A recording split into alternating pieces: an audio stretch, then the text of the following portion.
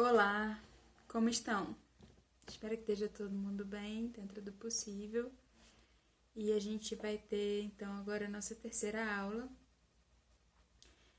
Quero lembrar, se alguém estiver assistindo isso antes do dia 9 às 14 horas, ou no dia 9 às 14 horas, que nós temos um encontro ao mesmo tempo, né, síncrono, ao vivo, online, sei lá.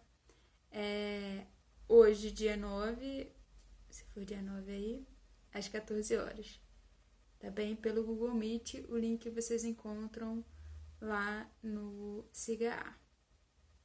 Por favor, não faltem. Mesmo que vocês não tenham conseguido acompanhar as aulas até aqui, mesmo que não tenham conseguido enviar as tarefas, muitas pessoas não conseguiram enviar as tarefas, mas eu gostaria que vocês estivessem presentes, se vocês estão inscritos nessa disciplina, para a gente poder conversar e ver como que a gente pode melhorar a dinâmica se estiver muito pesada, tá bem?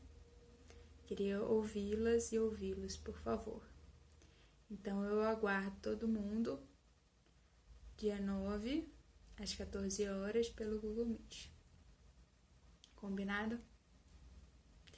Então, agora, a gente vai começar a falar sobre uma escritora, uma mulher incrível, né, que é a Carolina Maria de Jesus, que é uma mulher que é mineira, uma cidade chamada Sacramento, em Minas, mas que foi para São Paulo e viveu lá em São Paulo boa parte da sua vida. E a gente vai falar sobre um livro dela, um texto dela chamado Quarto de Despejo, que é um diário que virou livro, né? Foi o primeiro livro publicado dela. Depois ela tem outros textos publicados, inclusive um chamado Quarto de Alvenaria, que fala dessa transformação, né, na vida dela a partir da publicação do Quarto de Despejo. Mas a gente vai centrar nossa discussão sobre o Quarto de Despejo. Eu coloquei também para vocês no SIGA um outro texto dela chamado O Sócrates Africano. Eu vou pedir para vocês novamente, para vocês abrirem o SIGA, deem um pause e abram o SIGA e vamos lá nessa aula do dia 9 e do dia 16, né? A gente dessa vez vai ter 2 aulas para falar sobre a Carolina Maria de Jesus, tá bem? Então eu vou começar um pouco essa semana. Essa semana também tem um encontro síncrono, então eu vou fazer uma aula mais curta ainda do que as que já estão sendo feitas, porque eu tô achando que tá um pouco pesado. E na semana que vem a gente tem mais uma aula sobre a Carolina Maria de Jesus. Então a tarefa, que é a tarefa da aula 3, né? Ela vai ter vocês vão ter até o dia 22 de outubro para mandar a tarefa, tá bem? Vão ter essas 2 semanas aí para trabalhar nisso. Se vocês abrirem, então, lá o tópico de aula, o pensamento de Carolina Maria de Jesus e seu quarto de despejo, vocês vão encontrar alguns textos. Um é o quarto de despejo, né, o arquivo em PDF, o texto. Eu espero que esteja bom para vocês lerem. Eu peguei emprestado com a Andréia, o dela. Então eu tô com o livro nessa edição aqui linda em mãos.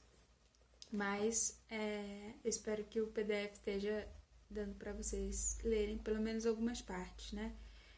Se não der para ler tudo, leiam alguns trechos.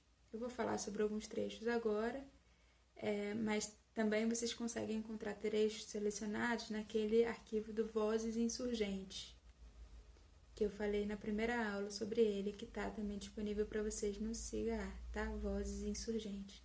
Então lá lembra, são textos de várias mulheres negras brasileiras, e no capítulo da Carolina Maria de Jesus vocês vão encontrar alguns trechos de Quarto de Despejo selecionados. Então é uma maneira, se vocês não conseguirem ler tudo nessas 2 semanas, ou se já não tiverem lido, né? Tem algumas pessoas que talvez já tenham lido, e vocês conseguirem acompanhar um pouco a conversa, né? E enfim, fazer as articulações, tá bem? Pois bem, então a gente tem esse arquivo, Quarto de Despejo. A gente tem o Sócrates Africano, que é um conto da Carolina Maria de Jesus, muito legal para nós da filosofia, né? Especialmente, em que ela fala de um senhor que é chamado por uma elite intelectual, enfim, por algumas pessoas, um senhor pobre, negro, que é chamado sem escolarização, né? Que é chamado de Sócrates africano. E a visão da neta desse senhor, ele tá morrendo, e aí a visão da neta dele sobre isso, né? Sobre esse chamado, a visão sobre ele também. E é interessante essa história de que ele tá morrendo, né? Uma clara referência ao Fédon, de Platão, um diálogo que narra a morte de Sócrates. Quer dizer, a morte é um evento muito importante para o Sócrates, para o significado de Sócrates como filósofo, como ele encarou a morte, e dessa maneira também esse personagem desse conto mostra que a Carolina Maria de Jesus tinha essa referência, né? Se não diretamente ao Fédon, mas eu acho que diretamente ao Fédon pelo texto dela. Mas enfim, essa referência ao Sócrates e ao modo de Sócrates encarar a morte. A Carolina Maria de Jesus era uma leitora voraz, né? E parece que, se vocês assistirem a esses vídeos também que estão aí no Cigarra, que são a filha dela, a Vera Eunice, né? Que a gente acompanha no texto, criancinha, né? Bem pequenininha. Então, a filha dela falando sobre ela vai dizer que desde criança mesmo, ela era uma leitora voraz, ela tinha uma inteligência para as letras privilegiada, né? E portanto, em toda a oportunidade que ela tinha de ler, ela lia. Então, esse texto eu acho que também vale a pena, é um conto pequeno. Vale a pena ser lido.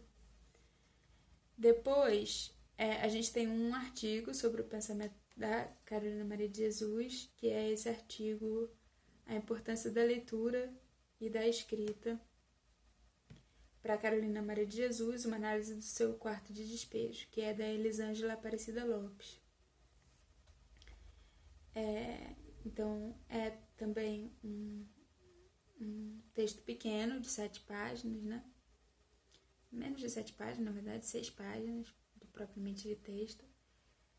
E é interessante, acho que vale a pena também ler. Fala sobre essa questão da escrita testemunhal, como diário, né? E desse lugar, então, da escrita e da leitura para Carolina Maria de Jesus.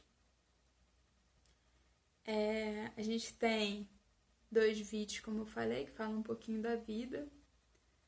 E nos 2 tem a filha dela falando, acho que é bastante interessante isso. Vocês têm um disco que está no YouTube, né? Que é um disco que foi lançado também quando o Quarto de Despejo bombou, assim, né? Quando ele foi publicado, foi traduzido para várias línguas e tal. E a Carolina de Jesus, ela também compunha, né? Não só escrevia, mas também compunha e cantava. E esse disco então um disco de sambas, né?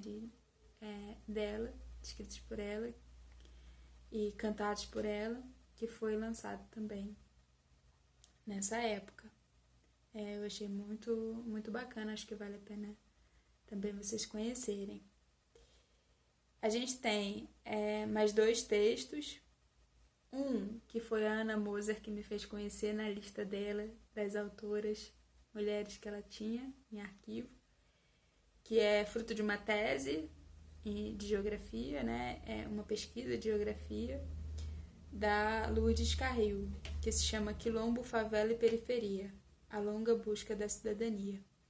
Esse texto é muito interessante, eu ainda não li todo, né? Eu fiquei conhecendo através da tarefa da Ana Moser, mas eu li uma parte e aconselho vocês a lerem pelo menos a introdução, né? Tem uma apresentação de outra pessoa escrevendo, mas tem uma introdução da própria autora, e eu acho que é muito, muito interessante mesmo. Depois dá uma olhada nos capítulos, assim, que vocês conseguirem ler. Dudu, especialmente, se estiver assistindo a essa aula, né, ela vai trabalhar com hip hop, com rap, com o lugar, né, dessas expressões e a relação disso com o movimento de resistência dos quilombos, que passa também a favela e as periferias. Então, acho que é muito interessante mesmo, né? E a gente tem também um texto que eu coloquei aí, que é um texto meu, escrito para Cariri Revista há alguns anos atrás, há 5 anos atrás já, que se chama Cidades Partidas, e em que o pretexto, né, o contexto e pretexto desse texto é uma reportagem, uma videoreportagem de 1989, se não me engano, que foi, que a essa época, em 2015, voltou ao ar e, enfim, circulou pelas redes sociais, que é uma reportagem sobre as pessoas indo à praia no Rio de Janeiro, as pessoas de periferia indo à praia no Rio de Janeiro. E é muito impressionante essa reportagem.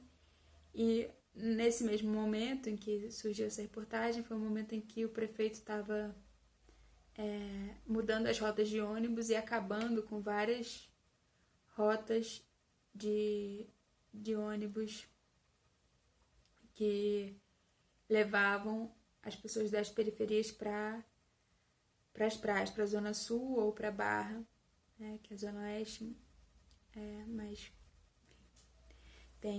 faz parte do roteiro Zona Sul do Rio de Janeiro. E aí, nesse momento que o prefeito fez isso, houve também uma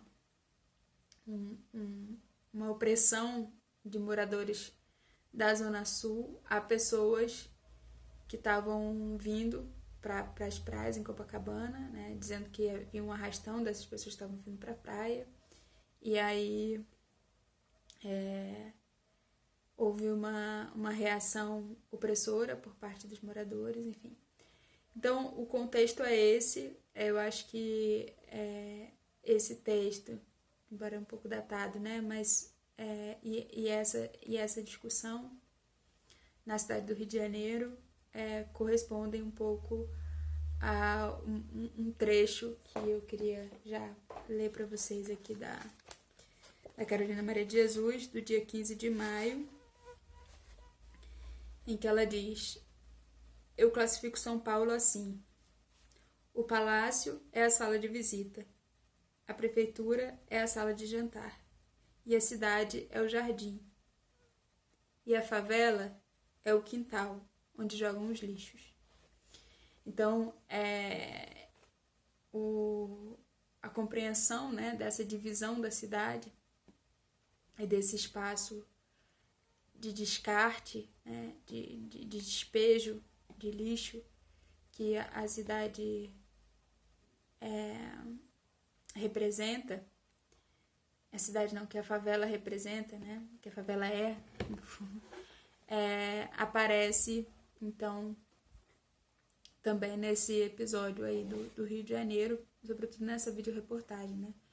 Então, eu gostaria que vocês dessem uma olhada nisso também, certo? E aí tem mais 2 coisas que eu coloquei que eu gostaria que vocês, se possível, também dessem uma olhada. Uma são trechos de um filme documentário chamado Lixo Extraordinário, que é sobre um trabalho de artes visuais feito pelo Vic Muniz, que é um badalado artista visual da contemporaneidade. e que é feito esse trabalho extraordinário é feito, quer dizer, o documentário se chama Lixo Extraordinário e ele vai falar, vai mostrar esse trabalho que foi feito pelo Vic Muniz, uma série de obras de arte que ele faz junto, né? Ele e várias pessoas que trabalham num lixão em Gramacho, que é na Baixada Fluminense do Rio de Janeiro.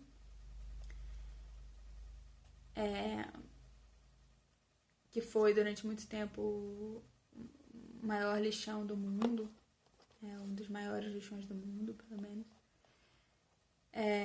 E aí ele faz esse trabalho com as pessoas de lá, e aí esses trechos mostram algumas das pessoas que trabalharam com ele falando um pouco, né? E eu queria que vocês dessem uma olhada também. Há diversas questões que aparecem aí, que acho que vão aparecer para vocês, né? Sobre que olhar que está falando, quem é que está falando de onde, qual é o papel então das artes, do museu, né? Do Vic Muniz nesse trabalho.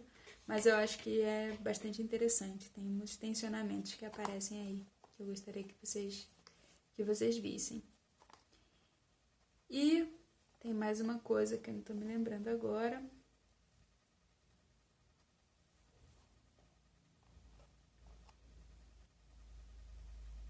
Acho que é isso.